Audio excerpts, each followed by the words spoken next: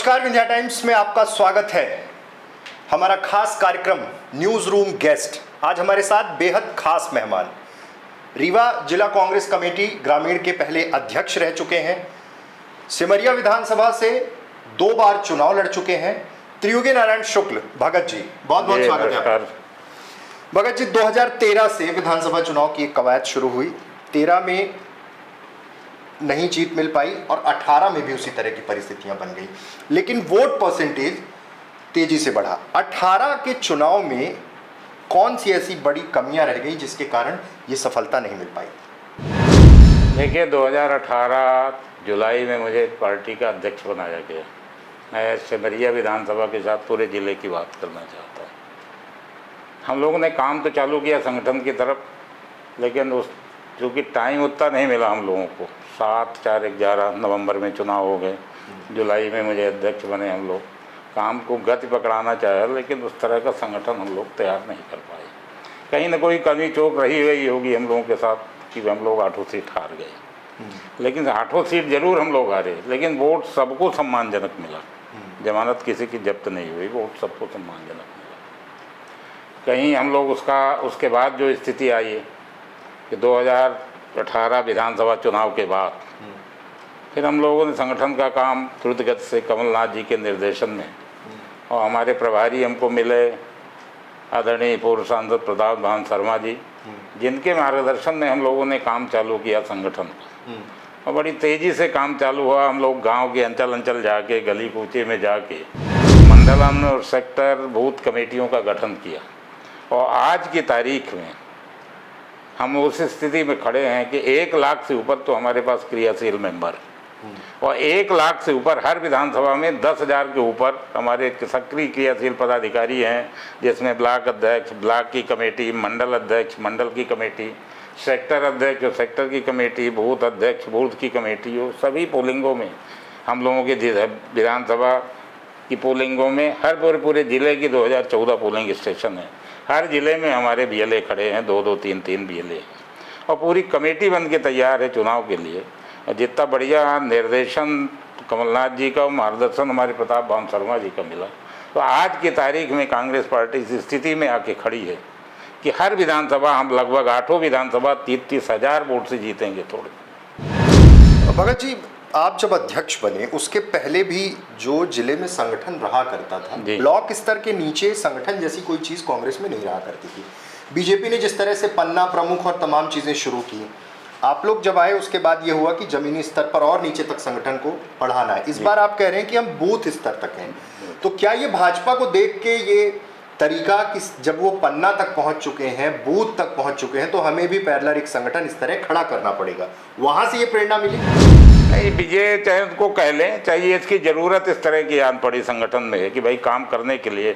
जब हम लोग 8 सीट हारे, या कि इसके पहले भी हम लोग चुनाव हार गए थे, 2 सीट हम लोग उसमें 2013 में 2 सीटें जीते थे, तो संगठन में काम करने की ज़रूरत थी। लेकिन इसमें से सबसे ज़्यादा निर्देशन, सबसे ले साधुवाद हम कमलनाथ जी को देना चाहते हैं कि उनका निर्देशन जो संगठन को मंडल और सेक्टर तक, बूथ तक ले गया, और इनके प्रताप भान जी का मार्गदर्शन जो हम लोगों को मिला, तो पार्टी के हित में हम लोग ले जाके संगठन की प्रेरणा तो हमें जो मिली, हमें तो हमारे नेताओं से मिली कि भाई ऐसा हम लोगों को करना चाहिए। वो अपना पहले छिंदवाड़ा में इस तरह किए हुए थे। अच्छा। उनका संगठन पहले छिंदवाड़ा में था इस तरह का, अब वो पूरे प्रदेश में प्रदेश अध्यक्ष हुए, उन्हें पूरे प्रदेश में लागू कर दिया। यानी कि छिंदवाड़ा मॉडल अब मध्य प्रदेश में भी इम्प्लीमेंट किया संगठन के दृष्टि में। थोड़ा सा पीछे आते हैं, 2018 विधानसभा चुनाव जी, बहुत तेजी से एक वेव चली, वक्त है बदलाव का। जी, आप सिमरिया से प्रत्याशी बने जी, 41,000 के लगभग वोट मिले, 29% मतदान आपके पक्ष में रहा। जी, कहाँ पे ये चूक हो गई कि 7,000 के आसपास वोटों से ये चुनाव हारना पड़ गया? एक अंतर आया है कि वोटों का जो थोड़ा भाई जो उसका कहें कि वातावरण में स्थिति जो बनी, दुष्प्रचार की जो स्थिति बनी, एक इनका शिवराज सिंह जी का था, एक माइल के लाल का भी नारा था, कुछ असर उसका भी पड़ा, और कुछ हम लोगों के साथ माने कांग्रेस जो इनका बीजेपी का केंद्रीय वो था, उनके तरफ जो भी नीतियां थी, लोग उनके लालच में ज़्यादा फंस गए कि भाई हमको बीजेपी, अगर बीजेपी की सरकार बन जाएगी तो हमको ये मिल जाएगा।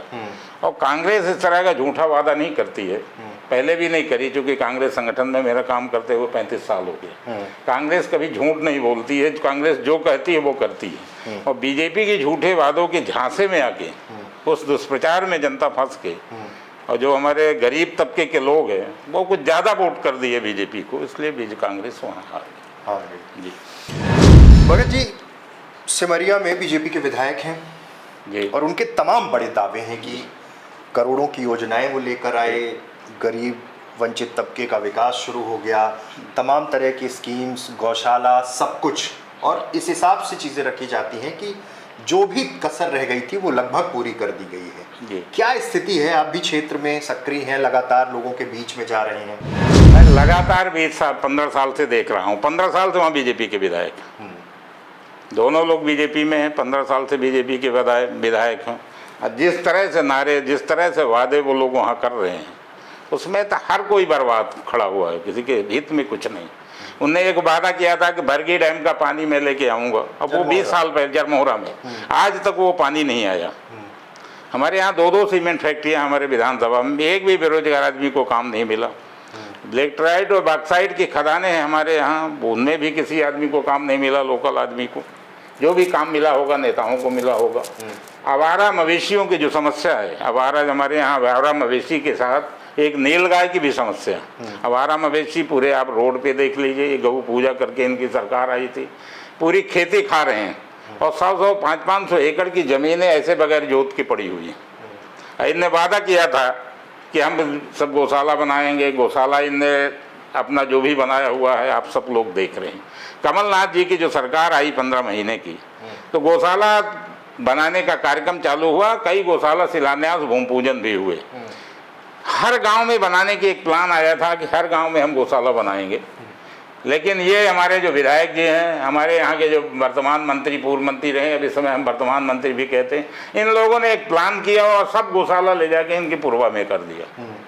आज ये स्थिति है कि आप जहाँ भी चलें, मैं तो कहूँगा, मैं चलता हूँ कभी कभी, मुझे रात को भी जाना पड़ता है, 3 बजे रात, अगर आप 2 बजे रात, 12 बजे के बाद चलिए किसी रोड में, तो आपको रीवा सिरमौर की 40 किलोमीटर की जो रास्ता है, रीवा सिमरिया जो 40 किलोमीटर का रास्ता है, वो आप 2 घंटे में भी नहीं पार कर पाएंगे। वो पूरे रोड में आपको आवारा मवेशी मिलेगी। खेती की पूरी खेती खा रहे हैं, पूरे लोगों की फसल बर्बाद है। बिजली कहीं भी नहीं है, बिजली का बिल भर आता है और बिजली की सप्लाई बिल्कुल बंद। कमलनाथ जी के टाइम में 100 यूनिट 100 रुपये का किया गया था, लेकिन आज की तारीख में बिजली का बिल असीम है, बिल भर बढ़ा हुआ है, लेकिन बिजली किसी को नहीं मिल रही। कितनी देर संयोग से तो ये पानी अभी गिर गया, पानी 2-4 दिन पहले से, पूरी फसल सूख के खत्म हो चुकी है, आधी फसल तो खत्म ही हो चुकी है, थोड़ा बहुत फसल बच जाएगी इस पानी के कारण। हमारा कहने का ये जो विधायक हैं, क्षेत्र का कोई भी विकास नहीं किए, सिर्फ अपना विकास किए। जो वर्तमान विधायक जी है वो गांव में जाते हैं और विकास यात्रा लेके निकल रहे थे गांव में। आपको हम रोडें दिखा दें, एक बरहा पंचायत है, उस गांव में बरहाई गांव के जाने के लिए 2.5 किलोमीटर की एक रोड है, जिसमें 3 फीट से ज़्यादा बड़े गड्ढे हैं। इनकी 15 साल से सरकार है।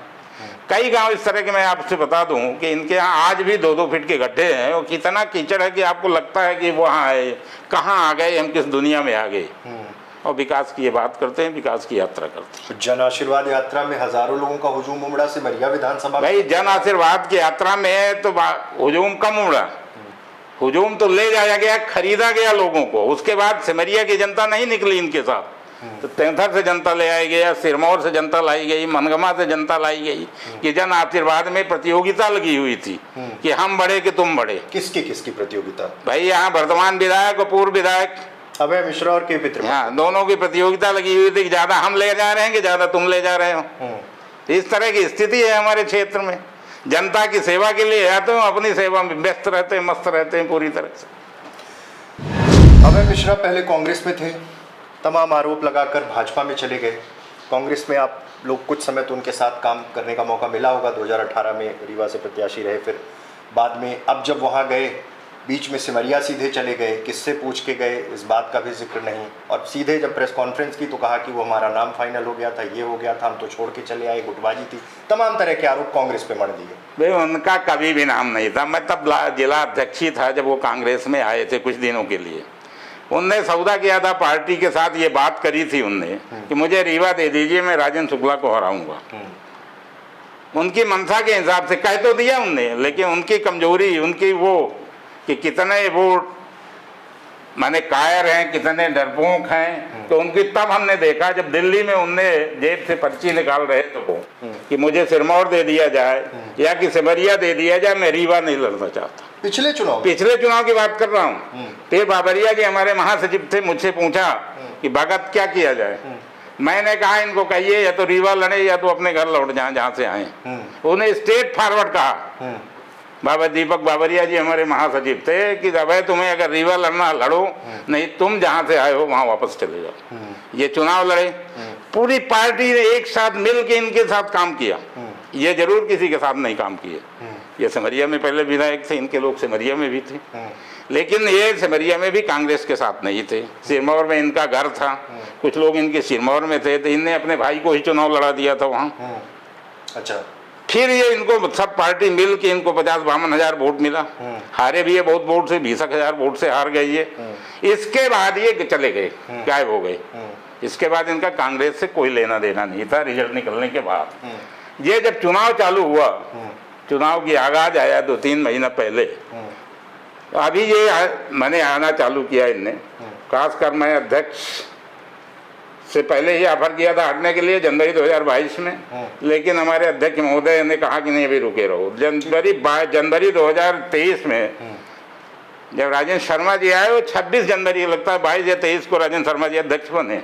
26 जनवरी का कार्यक्रम था, हाथ से हाथ जोड़ो उस तरह का भी कार्यक्रम चल रहा था। तब ये अपने मनमानी अपने ढंग से एक काफिला लेके अपने पेटी ठेकेदार, जो इनके अपने भी शराब के ठेकेदार आप सुनते हैं तमाम पेपरों में, उनको लेके 8-10 गाड़ियां लेके निकले यहाँ। संगठन ने कहा भी, राजेंद्र शर्मा ने कहा, हमारे ब्लॉक अध्यक्षों ने कहा, हमारे प्रभारी ने कहा कि संगठन के साथ चलो, सिमरिया तुम्हारा कोई हक नहीं है, तुम रीवा जाओ, रीवा में ये काम करो। वो सिमरिया मनमानी चल दी है कुछ दिन, लेकिन वो संगठन के साथ कभी नहीं रहे। अच्छा। जब वो पूरा घूम ले, उन्होंने देखा कि मुझे जनता नहीं मिलेगी, फिर सर्वे भी हुआ।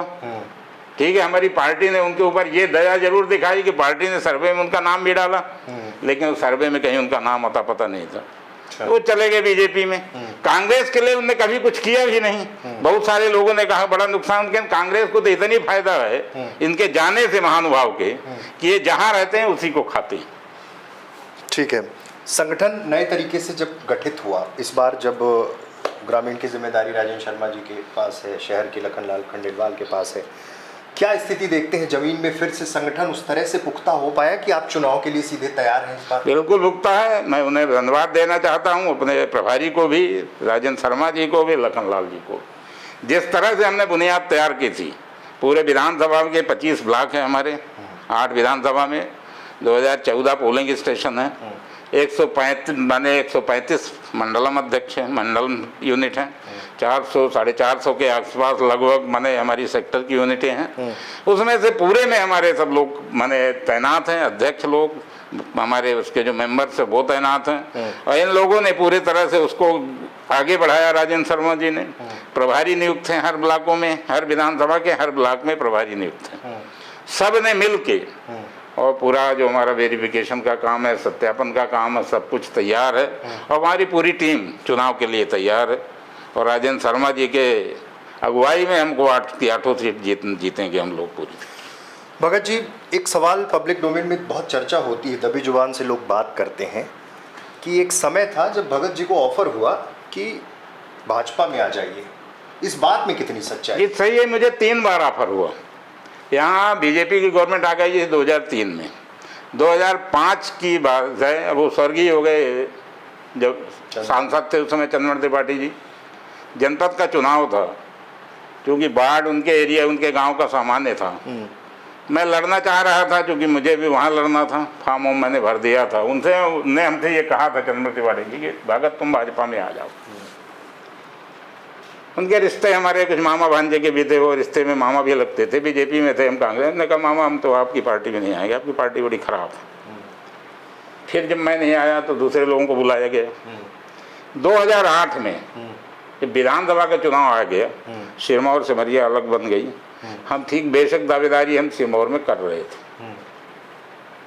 ये लोग गए, उस दिन शिवराज सिंह जी वहीं थे, रीवा सिरमौर में उनका कार्यक्रम था। 2 नेता गए भाजपा के, मेरे पास गए, विधायक भी थे। उन लोगों ने बड़ा प्रयास किया कि अभी आज चलो, अभी आपकी सिरमौर टिकट फाइनल है। मैंने उनसे हाथ जोड़ा कि देखिए मैं ऐसा नहीं कर सकता, मैं जिस पार्टी में हूँ उस पार्टी में काम कर रहा हूँ। अगर मेरे मुकद्दर में विधायक बनना लिखा होगा तो इसमें भी बन जाऊँगा, नहीं लिखा होगा तो आपके जाने के बाद भी नहीं बनूँगा। और जिस तरह आपके पार्टी का कल्चर है मुझे नहीं पसंद। फिर 2014 में भी इन लोगों ने बड़ा प्रयास किया कि आप माने आ जाइए, कांग्रेस में आ जाइए, लोकसभा की टिकट दे दो। लेकिन मैं 2014 में भी उसको बड़ा सामान्य तरीके से मैंने उनको हाथ जोड़ के विनम्र अनुरोध कर लिया कि मुझे नहीं है, मुझे पार्टी कांग्रेस में ही काम करना। और कांग्रेस के बाद भी कांग्रेस पार्टी ने मुझे, मिश्रा जी, बड़ा सम्मान भी दिया। मैं 1985 से कांग्रेस में आया था। मैं कई बार ब्लॉक अध्यक्ष रहा, पीसीसी डेलीगेट रहा, 2 बार पार्टी ने मुझे टिकट दिया, जिला का अध्यक्ष रहा, 5 साल काम करने का अनुभव मिला। और कोई पार्टी ने मेरे काम पे कोई आपत्ति, कोई ऑब्जेक्शन नहीं उठाया। मेरे अध्यक्ष रहते हुए मैंने 1 लाख से ऊपर की सदस्यता कराई। पूरे जिला में 1 लाख से ऊपर के कांग्रेस के क्रियाशील मेंबर हैं। और संगठन में बता ही चुका हूँ आपके पास जो खड़ा है संगठन, ये स्थिति। भगत जी, बीजेपी के जो दावे हैं, Ladli Behna, youth internship programme और तमाम चीज़ें, स्कीम ज़मीन पे उतार दी है। आप वादा कर रहे हैं कि हम 1500 रुपये देंगे, सिलेंडर 500 रुपये में देंगे, वो तो दे रहे हैं। लाडली बहना का पैसा आने लगा है, तो ज़मीन पे तो ये दिख रहा होगा ना कि पैसा मिल रहा है, सरकार की योजना से पैसा मिल रहा है। पैसा अमित जी कुछ लोगों को मिल रहा, जिस तरह से इन्हें वादा किया, फॉर्म भराया, और जितनी परेशानी हुई लोगों को फॉर्म भराने में इनकी, तो हर आदमी के घर से 10-10, 5-5 हज़ार रुपये जेब से सबके निकल गए। कुछ लोग पा भी रहे हैं, कुछ लोग नहीं भी पा रहे हैं, जो मैंने इसके है। लेकिन एक प्रश्न ये उठता है कि इनकी सरकार तो 18.5 20 साल कहिए, 18 बीच में भले 15 महीने नहीं थी, ये इनकी सरकार 20 साल थी। इनने वादा भी किया था, मोदी जी ने भी, इनने भी, कि 2 करोड़ लड़कों को मैं रोजगार दूंगा, 15 लाख खाते में दूंगा, महंगाई कम करूंगा, गैस सिलेंडर का रेट कम करूंगा, डीजल पेट्रोल का रेट कम करूंगा, अच्छे दिन आएंगे। लेकिन 18.5 साल बीत गया, आपने कुछ नहीं किया। जब चुनाव का समय आया तो 1000 देने का लॉलीपॉप आप देने लगे, कुछ लोगों को मिला भी है, लेकिन उसका की जनता विश्वास नहीं मान रही। मैं कल एक राहट गांव हमारी सिमरिया विधानसभा में, वहाँ अनुसूचित जाति बस्ती में हम लोग बैठे थे, एक सब उनसे मिलन सभा कर रहे थे।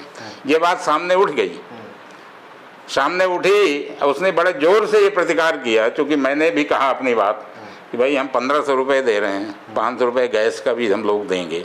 हमारी सरकारें जहाँ 2000 रुपये मैंने दे भी रही हैं, और कमलनाथ जी वादा करते हैं जो वो करते भी हैं। 15 महीने की सरकार में उनने सब किया। बिजली का बिल 100 रुपये 100 यूनिट किया उनने, 1000 वो देना था आपका निराश्रित वृद्धा पेंशन, वो भी 600 रुपये मिलना चालू हो गया। गौशाला का काम चालू हो गया, कर्जा माफ़ी का भी काम हुआ। ये सब बातें हम लोग बता रहे थे। उसी में एक हरिजन उसमें अनुसूचित जाति महिला उठी उनसे, केशकली नाम है उनका, केशकली साकेत। उनने बड़े जोर से ये प्रतिकार किया कि भैया हमको ना 1000 चाहिए ना 1500 चाहिए, हमें महंगाई कम कर दीजिए। अब मैं ये समझती हूँ कि 1000 रुपये आज आप दे रहे हैं कि आप 20 साल कहाँ थे अभी। इनमें इतना तो हम लोग भी समझ रहे हैं कि 20 साल से भाजपा की सरकार थी, 20 साल से लाडली बहना गायब थी, लाडली बहने का कोई पूछने वाला नहीं था। आज आप 1000 रुपये दे रहे हैं, किसके लिए दे रहे हैं मैं समझ रही हूँ। अब मैं वो करूँगी नहीं, इसलिए कि इतनी महंगाई है कि 250 रुपये किलो टमाटर है, 250 रुपये लीटर सब तेल है, 1200 रुपये का गैस सिलेंडर है। तो हम लोग जाएंगे कहाँ? डीजल पेट्रोल की कितनी महंगाई है, अगर किराने के सामान की कितनी महंगाई है, तो हम लोग खाएंगे क्या फिर? ठीक है, थोड़ा सा सिमरिया की ओर लौटते हैं। सिमरिया इतनी हॉट सीट क्यों बन गई? इतना पॉलिटिकल डिस्कोर्स, खींचतान, तमाम चीज़ें चल रही हैं, उठा पटक, फिर बीच में वो जो सीओ वाला मसला हुआ उसमें खींचतान, ये सब चीज़ें क्यों सिमरिया में इतने ज़्यादा हाई लेवल की पॉलिटिक्स शुरू हो गई? हाई लेवल की पॉलिटिक्स कहिए उसको या कि निम्न स्तर की पॉलिटिक्स कहिए उसको। भाई जब हम अच्छे लोगों का सिलेक्शन नहीं होगा मन, जब उस पद के काबिल लोग उस पद में नहीं जाएंगे तो यही स्थिति आएगी। सिमरिया बड़ी अच्छी सीट थी, पंडित जमुना प्रसाद शास्त्री जी वहाँ से विधायक हुए थे, सांसद हुए, दो बार वो सांसद हुए। राजमणि पटेल जी भी चुनाव लड़े, मंत्री हैं, आज भी राज्यसभा के हैं। पंडित राम लखन शर्मा भी हुए, सीता प्रसाद शर्मा जी भी हुए थे, एक बार बने मिनिस्टर भी हुए थे। उन सब की माली हालत की तरफ एक बार आप नजर डाल लीजिए। और ये जो हमारे वर्तमान और पूर्व विधायक है, इनकी माली हालत पहले और आज के इनके जो चुनाव के घोषणा पत्र में जो आमदनी का पत्र जो लिखा जाता है उसके ऊपर भी नजर डाल लीजिए, किस तरह की ये भ्रष्टाचार ये लोग करते हैं और सिमरिया की जनता को बिना मतलब का बदनाम करते हैं। मैं आपसे एक बड़ा सीधा उदाहरण करना चाहता हूं, चाहे 2 बार का देख लीजिए चाहे 3 बार का देख लीजिए। 2008 से आप लगातार फिगर उठा लीजिए तो बीजेपी के विधायक जीते 4-5 हजार 6 हजार के बीच ये जीतते हैं। और सीटों को देख लीजिए तो वहाँ बीजेपी ज़्यादा वोट से जीती, लेकिन वहाँ के विधायक ये नहीं कहते कि मैं पैसा से जीता हूँ, यहाँ के विधायक ये कहते कि मैं पैसे से जीता हूँ। और भ्रष्टाचार इनका चरम पे है पूरी तरह से, चाहे वो विधायक वर्तमान विधायक हो चाहे पूर्व विधायक हो, दोनों एक दूसरे के ऊपर आरोप लगाते हैं और आरोप सुन रहे हैं दोनों लोगों का कि किस तरह के भ्रष्टाचार दोनों का भ्रष्टाचार वही लोग उजागर कर रहे हैं। भाई अब गांव की स्थिति, मैंने सड़कों की हालत आपको बता दी कि किस तरह की सड़क की हालत है। वर्तमान विधायक पूर्व विधायक ने भी अभी सड़क बनवाई, पूर्व विधायक ने रीवा से अबोधा तक की सड़क बनवाई है। मैं वर्तमान विधायक से इतना ही कहना चाहता हूं कि आपने कब विधानसभा प्रश्न किया, तब तो वो कांग्रेस में थे सज्जन, सड़क बना रहे थे 25 किलोमीटर, और इतनी महंगी सड़क की आपने कभी देखा ना होगा। 10 लोग उसमें मर गए, अकाल मौत हो गई 10 लड़कों की, इस तरह की लगभग कई लड़के हैं उसमें जिन घायल भी हैं, अस्पताल में भी है। लेकिन वर्तमान विधायक ने उनका कभी विरोध नहीं किया। वर्तमान विधायक को तो प्रश्न उठाना चाहिए ना, इतना घटिया काम क्यों कर रहे हो कि कंक्रीट बना रहे हो उसके ऊपर धूल उड़ रही। कंक्रीट में भी कभी रीवा में भी कंक्रीट बनी है और जगह बनी है, लेकिन सिमरिया की जो आप रोड देखें रीवा से, तो कंक्रीट में धूल उड़ती। भ्रष्टाचार इनका एक भ्रष्टाचार बने कितने इस तरह के भ्रष्टाचार लिए चले जाएंगे, हिटलरशाही तानाशाही दिखाएंगे कि मैंने ऐसा कर दूंगा, मैं ऐसा कर दूंगा, वो कहेगा मैं ऐसा कर दूंगा, मैं जेल भेजवा दूंगा। आप पुराने विधायकों का वीडियो कल परसों में देख रहा था, ये गया हैंडपंप मांगने तो उनने चाटा मार कर दिया। दूसरा वाला बोलता है कि भाई मुझसे बात न करो, नहीं हम जेल भेजवा देंगे, जो मैं कहूँगा वही करोगे। अरे एक जो वातावरण सिमरिया में हमारे बन गया है, आम आदमी अगर चुनाव की तरफ सोचना चालू करे, भाई सामान्य आदमी हर जगह चुनाव होता, भाई इसी सिमरिया में भी कई पार्ट, तो उसको भी ये सोचेगा बेचारा कि मैं अपना घर बार बेचूं, मैं अपने मान सम्मान की, हम लोग जाके बात करते हैं तो इस तरह के वातावरण बना हुआ है कि कोई सामने अपनी बात रखने को तैयार नहीं, पुलिस आ जाएगी, मुकदमा कायम हो जाएगा। लोकतंत्र में इतना डर जो बना हुआ वातावरण वो बड़ा खराब। और वो स्थिति आप देख रहे हैं कि इस बार वर्तमान और पूर्व विधायक ही लड़ रहे हैं। इनकी परिणत भगवान जाने की इनकी परिणत क्या होती। सीईओ के साथ जो मारपीट हुई है, वो मारपीट प्लानिंग के तहत हुई, पैसे के झगड़े की बात हुई थी। भाई ये गए सीईओ से, भाई किसका झगड़ा था, भाई सीईओ काम नहीं कर रहा था, पैसे पूरे सरपंच बदल गए उस समय, हो सकता कोई सरपंच ने नए उसमें पुराने उसमें दस्तखत करने को तैयार नहीं था। आखिर झगड़ा किसका था। भाई अगर काम के लिए होता, समाज सेवा के लिए होता, तो व्यक्तिगत प्रतिष्ठा क्या आड़े आती, तो समाज सेवा तो करेगा ही वो। भाई आपको जनता ने वोट दिया है, आप विधायक बने हो समाज की सेवा करने के लिए, गरीबों की मदद करने के लिए, हिटलरशाही तानाशाही करने के लिए नहीं बने हो।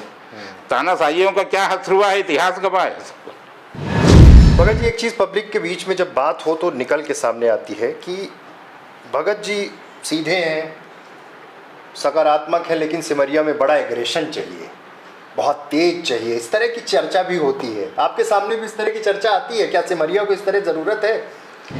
सिमरिया में ऐसा नहीं है कि भाई अगर कोई गुंडा दादा है तो गुंडा दादा बनने की जरूरत नहीं है, लेकिन जो तार्किक जो जेन्युइन मुद्दे हैं मैं उन्हें उठाता हूँ, और मैंने हर बार उठाता हूँ ना, उनसे मैं किसी से डरता नहीं, मैं किसी से डरता नहीं, भगवान के अलावा मैं किसी से नहीं डरता, चाहे जो भी हों, चाहे विधायक हों, चाहे सांसद हो, चाहे मंत्री हों। मैं एक चीज़ आपको कह दूं, कोई बड़ी बात नहीं है, 20 साल से बीजेपी की सरकार है। कभी ये जमाना था 20 साल पहले की ये स्थिति थी कि रीवा जिले में भैयालाल शुक्ला के बाद अगर किसी ठेकेदारी का बिजनेस था तो वो भगत शुक्ला का था। और आज की तारीख में देख लीजिए, मैंने कभी समझौता नहीं किया। 20 साल अगर रीवा जिले के भाजपा के छाती में झंडा कांग्रेस का गाड़े रहा तो वो भगत शुक्ला था। पूरे जिले में मतलब कांग्रेस में रहे हूँ, मैंने अध्यक्ष रहे हूँ चाहे न रहे हूँ, लेकिन अकेले मैंने पूरे क्षेत्र को कभी छोड़ा नहीं।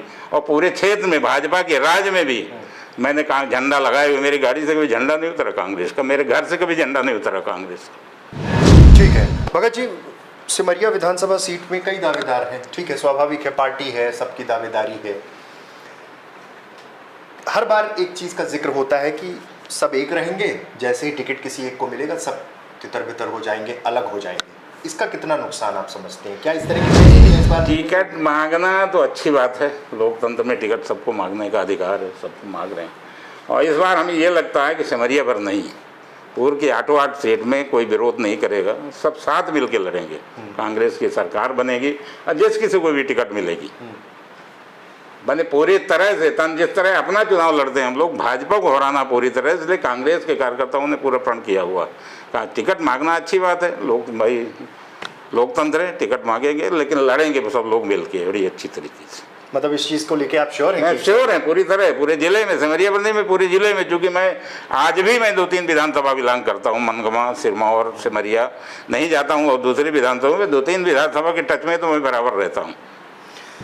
विधानसभा अध्यक्ष रीवा से बनाया गया, उसके बाद अब चुनाव के ठीक पहले राजेंद्र शुक्ल को मंत्री बना दिया गया और ये कहा गया कि तमाम जिस तरह की रिपोर्ट्स आई कि ब्राह्मणों को साधने के लिए, सबको एकजुट करने के लिए, विंध्य से प्रतिनिधित्व देने के लिए राजेंद्र शुक्ल को मंत्री बना दिया गया, ठीक 2 महीने पहले बनाया गया जी।